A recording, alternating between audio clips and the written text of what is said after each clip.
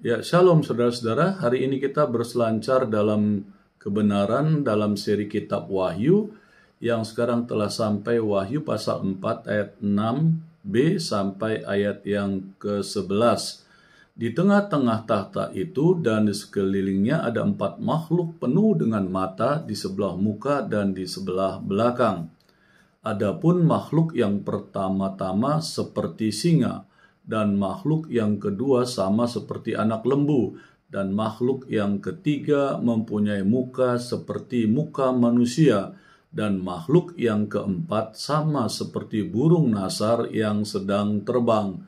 Dan keempat makhluk itu masing-masing bersayap 6, sekelilingnya dan di sebelah dalamnya penuh dengan mata, dan dengan tidak berhenti-hentinya mereka berseru siang dan malam, "Kudus, kudus, kuduslah Tuhan Allah yang Maha Kuasa, yang sudah ada dan yang ada dan yang akan datang." Dan setiap kali makhluk-makhluk itu mempersembahkan puji-pujian dan hormat dan ucapan syukur kepada Dia yang duduk di atas takhta itu dan yang hidup sampai selama-lamanya. Maka tersungkurlah ke-24 tua-tua itu di hadapan Dia yang duduk di atas takhta itu, dan mereka menyembah Dia yang hidup sampai selama-lamanya. Dan mereka melemparkan mahkotanya di hadapan takhta itu sambil berkata, "Ya Tuhan dan Allah kami, Engkau layak menerima puji-pujian dan hormat dan kuasa, sebab Engkau telah menciptakan segala sesuatu, dan oleh karena kehendak-Mu semuanya itu ada dan diciptakan." Judul dari berselancar dalam kebenaran dalam kitab Wahyu pasal 4 ayat 6b sampai ayat 11 ini, saya sebutkan 4 makhluk hidup, saudara ya, yang ada di sekeliling takhta. Di antara takhta dan tua-tua itu, di sekeliling takhta itu ada 4 makhluk hidup yang penuh dengan mata di sebelah depan dan di sebelah belakang. Demikian ayat 6b. Di sini kita sampai pada masalah simbolis ya, yang lain dari kitab Wahyu. Keempat makhluk itu sering muncul di pemandangan surgawi. Jadi mari kita mulai mengumpulkan ya apa yang dikatakan kitab Wahyu itu sendiri tentang mereka. Ya, yang pertama, mereka selalu ditemukan di dekat takhta dan anak domba ya di dalam kitab Wahyu ya Saudara. Wahyu 4 ayat 6, Wahyu 5 ayat 6, Wahyu 14 ayat 4. Seterusnya mereka memiliki 6 sayap dan penuh dengan mata. Ya, Wahyu 4 ayat 6, Wahyu 4 ayat 8. Dikatakan seterusnya mereka terus-menerus terlibat dalam memuji dan menyembah Tuhan. Di dalam Wahyu 4 ayat 8, Wahyu 5 ayat 9, Wahyu 5 ayat 14, Wahyu 7 ayat 11, Wahyu 19 ayat 4. Seterusnya mereka memiliki fungsi tertentu untuk dilakukan. Contohnya, mereka mengundang manifestasi murka Tuhan yang mengerikan untuk muncul di tempat kejadian. Ya Saudara, ayatnya Wahyu 6 ayat 1, Wahyu 6 ayat 7. Seterusnya, salah satu dari mereka menyerahkan cawan murka Tuhan, Wahyu 15 ayat 7. Nah saudara, meskipun ada perbedaan yang pasti tidak diragukan lagi dalam penglihatan Yehezkiel di dalam kitab Perjanjian Lama, yaitu kitab Yehezkiel, keempat makhluk hidup itu masing-masing memiliki 4 wajah. Wajah manusia, singa, lembu, dan raja wali. Dan mereka menegakkan cakrawala, ya, Yehezkiel 1 ayat 6 dan seterusnya. Terus dikatakan roda-roda itu penuh dengan mata. Ya, di Yehezkiel 1 ayat 18. Dalam kitab Yehezkiel kita memiliki semua rincian gambaran dalam kitab Wahyu. Meskipun perinciannya ditempatkan dan disusun secara berbeda. Ya, meskipun ada perbedaan, kemiripan atau kesamaannya cukup jelas. Dalam Yeskel atau dalam kitab Yeskel, keempat makhluk itu hidup. Keempat makhluk hidup itu secara pasti diidentifikasikan dengan kerubim. Ya, ini perlu dicatat bahwa kata akhiran im adalah akhiran jamak dalam bahasa Ibrani. Kerubim berarti kerub-kerub, lebih dari satu. Dan serafim berarti seraf-seraf, lebih dari seraf yang lebih dari satu. Nah, saudara, identifikasi itu dilakukan dalam Yeskiel 10 ayat 20 dan ayat 22. Kerubim adalah bagian dari hiasan bait suci Salomo di tempat sembayang dan di dinding-dinding itu dilukisnya, saudara. Ayatnya 1 Raja-Raja 6 ayat 23 sampai 30, 2 Tawarik 3 ayat 7. Mereka digambarkan pada tirai gantung yang memisahkan ruang Maha Kudus. Jadi di dalam tirai itu ada lukisan, ya, di tirai yang memisahkan ruang Maha Kudus dengan tempat kudus, ya. Keluaran 26 ayat 31. Ada dua kerubim pada tutup tabut yang disebut tutup pendamaian. Dan mereka ditempatkan sedemikian rupa sehingga mereka saling berhadapan dan sayap-sayap mereka tersapu untuk membentuk semacam kanopi. Jadi begini, saudara, ya, tuh begitu, ya, gitu. Jadi menutupi yang di bawahnya itu, yang menutupi tabut Allah itu. Jadi dua, dari saya begini, terus depan saya juga menutup, gitu, ya, seperti itu, saudara, ya. Saling berhadapan. Dan sayap-sayap mereka bersatu untuk membentuk semacam kanopi atau penudung di atas tutup pendamaian, ya. Keluaran 25 ayat 18 sampai 21. Salah satu gambaran yang paling umum, ya, tentang pribadi atau kondisi atau kenyataan dari Allah adalah duduk di antara kerubim. Dan karena itulah dia sering disapa dalam doa, ya. Jadi Allah itu bersemayam, ya, di antara kerubim itu, ya, saudara. Ayat-ayatnya 2 Raja-Raja 19 ayat 15 dan seterusnya. Banyak ayat-ayat pendukungnya, saudara, ya. Terus dikatakan Tuhan digambarkan terbang di atas kerubim dan di atas sayap angin. Mazmur 18 ayat 10. Atau yang lain, kerubimlah yang menjaga jalan menuju Taman Eden ketika Adam dan Hawa diusir dari sana. Ya, Kejadian 3 ayat 24, kalau saudara tahu, malaikat yang berpedang menjaga jalan masuk Taman Eden ketika Adam dan Hawa jatuh dalam dosa. Adam diusir untuk mereka supaya tidak masuk lagi ke dalam Taman Eden. Dan kata firman Allah supaya mereka jangan makan pohon kekekalan. Nah, mereka tidak boleh masuk, ya, karena kalau mereka makan pohon itu maka mereka dikatakan hidup mereka akan selama-lamanya. Dari semua ini satu hal muncul dengan jelas. Kerubim adalah makhluk malaikat yang dekat dengan Tuhan dan penjaga takhtanya. Apa yang dilambangkan oleh keempat makhluk hidup ini? Pertama, mereka jelas merupakan bagian dari gambaran surga. Mereka bukanlah tokoh yang tidak diciptakan oleh penulis wahyu, tetapi yang diwarisinya dari gambaran sebelumnya. Jadi dari kitab-kitab yang tadi saya telah bacakan bagi saudara. Jadi bukan ujuk-ujuk nongol gitu, ya, melalui mimpi gambaran itu dan tidak ada dasar, ya, kebenaran firman Tuhan, ya. Karena memang segala kejadian yang ada untuk mencapai akhir perjalanan dunia ini, saudara, masuk dalam kekekalan, ada nubuatan Allah dan tuntunannya dalam sejarah Alkitab, saudara, ya.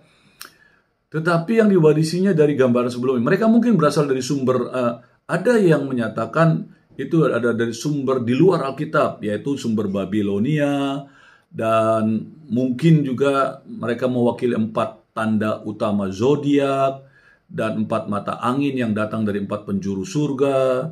Tetapi Yohanes yang menulis Wahyu tidak mengerti hal itu. Dan ia menggunakan hanya sebagai bagian dari gambaran surga tempat ia dibesarkan. Seterusnya, bagaimana Yohanes sendiri berpikir tentang simbolisme makhluk hidup ini? Keempat makhluk hidup itu melambangkan segala sesuatu yang mulia, paling kuat, paling bijaksana, dan paling cepat di alam. Ya, karena kecepatan perpindahannya dia, saudara. Ya, kata kitab Yehezkiel, terbang seperti kilat, gitu ya. Masing-masing memiliki keunggulan dalam bidangnya sendiri. Ya, saudara. Keempat gambaran dari keempat makhluk hidup ini dikatakan keempatnya, yang pertama kepala seperti singa, ya, karena singa adalah yang terunggul di antara binatang. Ya, seterusnya kepala yang kedua seperti lembu, ya, karena lembu adalah yang terunggul di antara ternak. Dan seterusnya dikatakan seperti kepala elang adalah yang terunggul, karena burung elang adalah yang terunggul di antara burung. Dan manusia, ya, seperti manusia, keempat kepala yang ada adalah yang terunggul di antara semua makhluk, itulah manusia. Jadi binatang melambangkan semua kebesaran, kekuatan, dan keindahan alam. Di sini kita bisa melihat alam memuji Tuhan. Ya, dari ketiga bentuk binatang,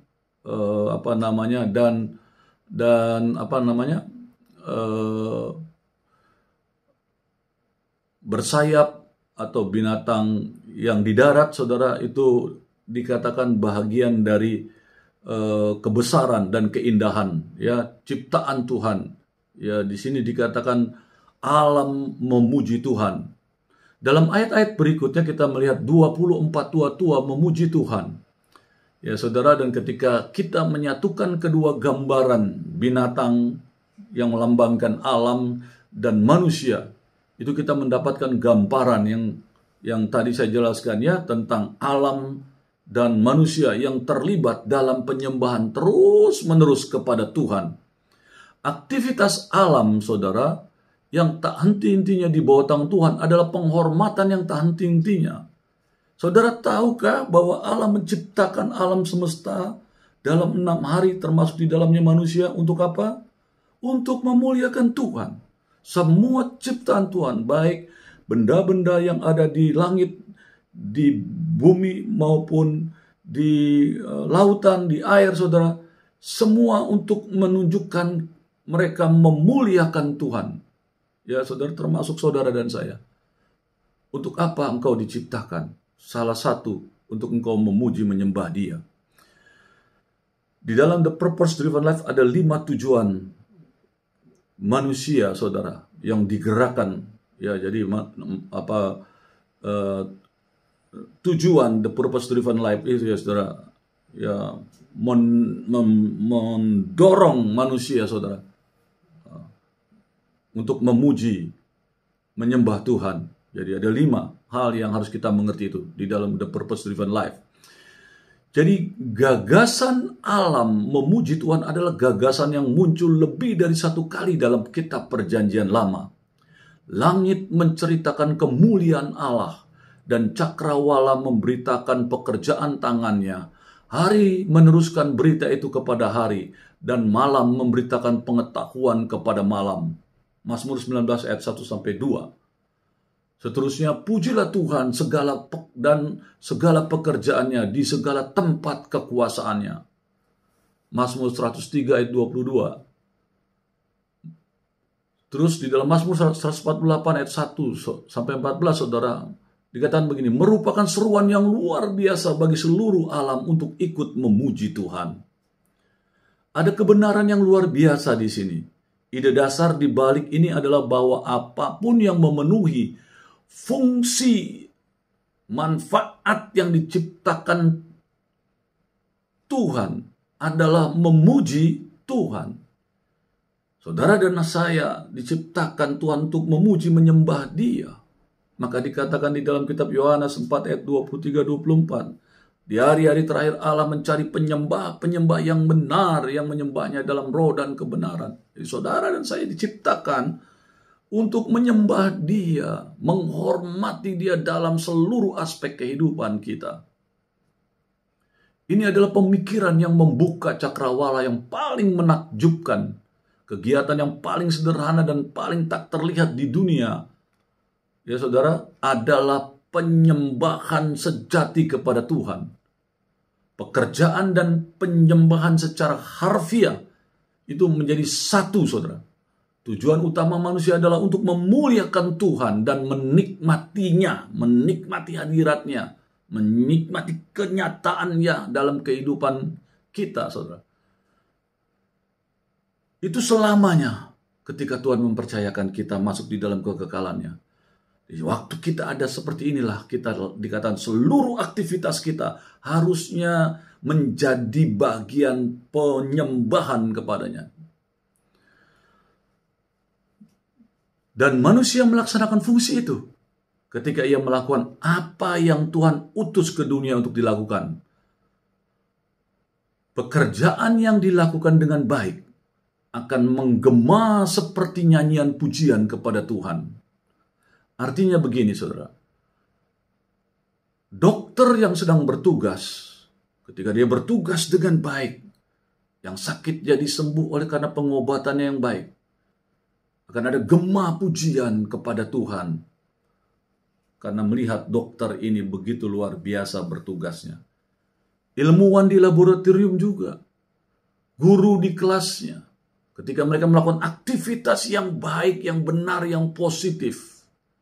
Musisi yang sedang melukis, yang sedang menyanyi, memainkan alat musik, ya, seniman yang sedang melukis di kanvasnya, itu ketika mereka melukis dengan baik dan benar, itu akan menjadi sesuatu pandangan yang indah yang akhirnya memuliakan Tuhan, bahwa segala yang diciptakan Tuhan itu indah dan luar biasa.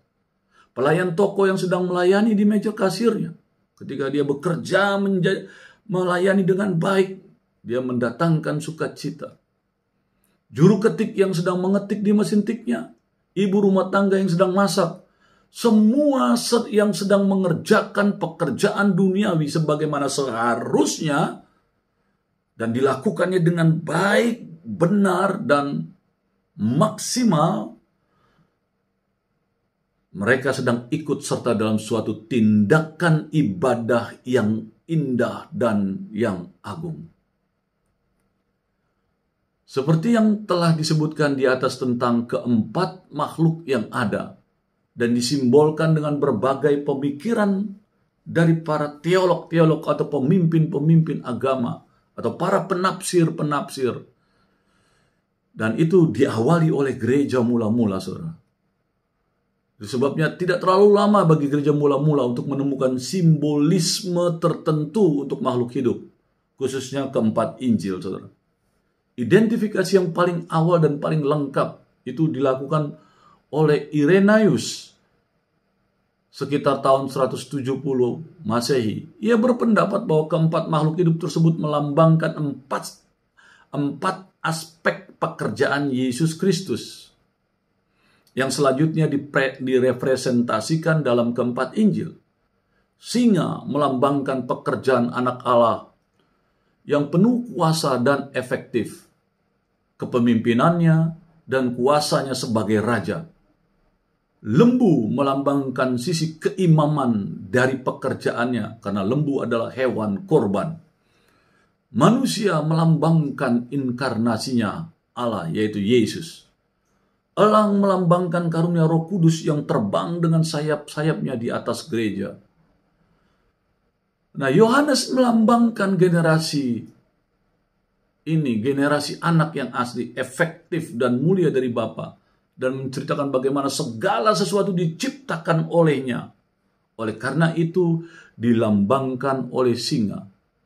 Lukas memulai dengan gambaran tentang Zakaria sang iman, dan menceritakan kisah tentang anak lembu tambun yang dibunuh untuk menemukan anak bungsunya.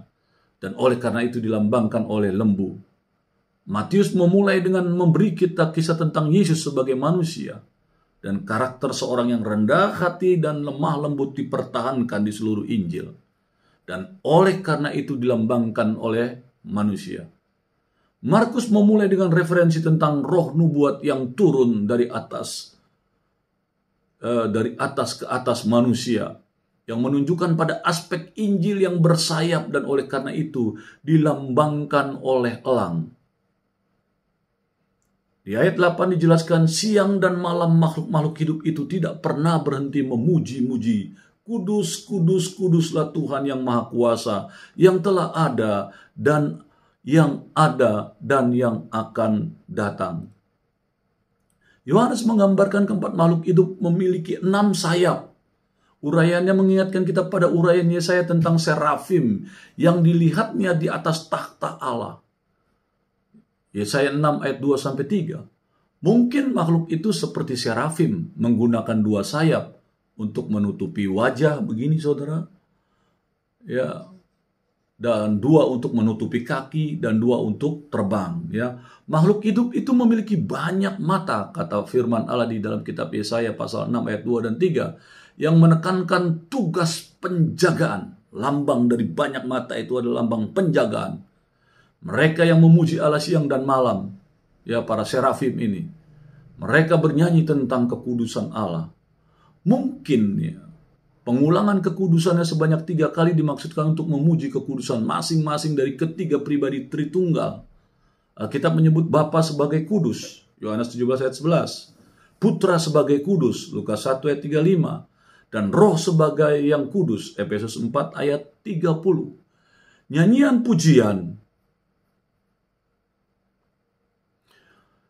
pujian makhluk hidup itu juga memuji Allah sebagai kekal.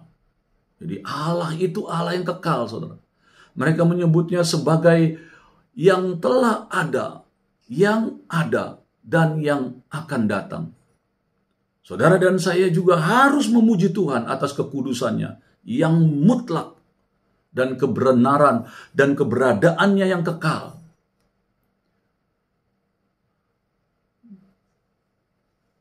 Di dalam ayat 9-11 diceritakan bagaimana makhluk-makhluk itu mempersembahkan puji-pujian, hormat, dan ucapan syukur kepada Dia yang duduk di atas takhta itu dan yang hidup sampai selama-lamanya. Maka ke-24 tua-tua itu akan tersungkur di hadapan Dia yang duduk di atas takhta itu dan menyembah Dia yang hidup sampai selama-lamanya. Dan mereka akan melemparkan mahkota mereka di hadapan takhta itu dan berkata, sebab sudah sepantasnya saudara, ya Tuhan dan Allah kami, bahwa Engkaulah yang menerima kemuliaan, kehormatan, dan kuasa, sebab Engkau telah menciptakan segala sesuatu, dan karena kehendak-Mu segala sesuatu ada dan diciptakan. Ya saudara, ini adalah bagian lain daripada paduan suara ucapan syukur. Kita telah melihat bahwa makhluk-makhluk hidup melambangkan alam dalam segala kebesarannya. Dan 24 tua-tua melambangkan gereja yang bersatu dalam Yesus Kristus. Jadi ketika makhluk-makhluk hidup dan tua-tua bersatu dalam pujian, itu saudara melambangkan alam dan gereja yang sama-sama memuji Tuhan.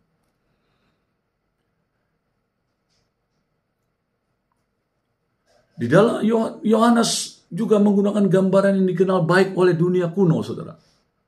Dalam lambang puja, penyembahan, dan menyerahkan segala hormat kemuliaannya kepada yang menjadi penakluk, yang menjadi pemenang dan kita kalah. Kita harus sujud dan menyerahkan mahkota. Ya, ini terjadi saudara di dalam dunia kuno itu, ya, merupakan tanda penyerahan diri sepenuhnya. Ketika seorang raja menyerah kepada raja lain, ia melemparkan mahkotanya di kaki sang raja atau kepada kaki sang pemenang. Kadang-kadang orang Romawi juga membawa serta gambar kaisar mereka, saudara. Dan ketika mereka telah mendudukan seorang raja, maka di hadapan raja itu yang telah ditundukkan ditaruh gambar kaisar. Nih, dan itu saudara menunjukkan bahwa dia telah ditaklukkan dan dia melepaskan mahkotanya di hadapan gambar kaisar, saudara. Nah, gambar itu memandang Allah sebagai penakluk jiwa manusia. dan gereja sebagai tubuh orang-orang yang telah menyerahkan diri kepadanya, tidak akan ada kekristenan tanpa penyerahan diri. Saudara, untuk para tua-tua memuji Tuhan, itu karena dua hal. Satu, dia adalah Tuhan dan Allah. Di sini ada sesuatu yang bahkan lebih berarti bagi orang-orang Yohanes daripada bagi kita. Frasa untuk Tuhan dan Allah dalam bahasa Yunaninya, ya, kurios, kai, theos. Ya, kurios itu Tuhan, kai itu dan theos itu Allah. Jadi Tuhan dan Allah. Dan itulah gelar resmi Domitian, Kaisar Romawi itu, saudara. Yang saat itu orang Kristen nggak mau menyembah dia, karena bagi orang Kristen yang kurios, kai, theos itu, Tuhan dan Allah itu hanya Yesus. Sehingga mereka tidak mau menyembah kaisar yang dilambangkan sebagai kurios, kai, theos itu. Makanya orang Kristen yang tidak mau mengakui klaim itu, mereka dianiaya dan dibunuh. Menyebut Tuhan sebagai Tuhan dan Allah bagi orang Kristen adalah merupakan pengakuan iman yang penuh kemenangan. Sebuah penegasan bahwa dia memiliki tempat pertama di seluruh alam semesta dan bagi iman Kristen. Seterusnya dikatakan Tuhan adalah pencipta melalui kehendak dan tujuannya. Ya, segala sesuatu telah ada bahkan sebelum penciptaan dan pada akhirnya menjadi kenyataan. Manusia telah memperoleh banyak kekuatan, tetapi ia tidak memiliki kekuatan untuk mencipta. Ia dapat mengubah dan menata ulang. Ia dapat membuat sesuatu dari bahan-bahan yang sudah ada. Tetapi saudara, ia tidak dapat mengubah dari atau menciptakan dari sesuatu yang tidak ada menjadi ada. Hanya Tuhan yang dapat menciptakan sesuatu dari ketiadaan. Kebenaran agung itu berarti bahwa dalam arti sebenarnya segala sesuatu di dunia ini adalah milik Tuhan. Tidak ada sesuatu pun yang dapat ditangani manusia yang tidak diberikan Tuhan kepadanya. Berselancar dalam kebenaran. Amin.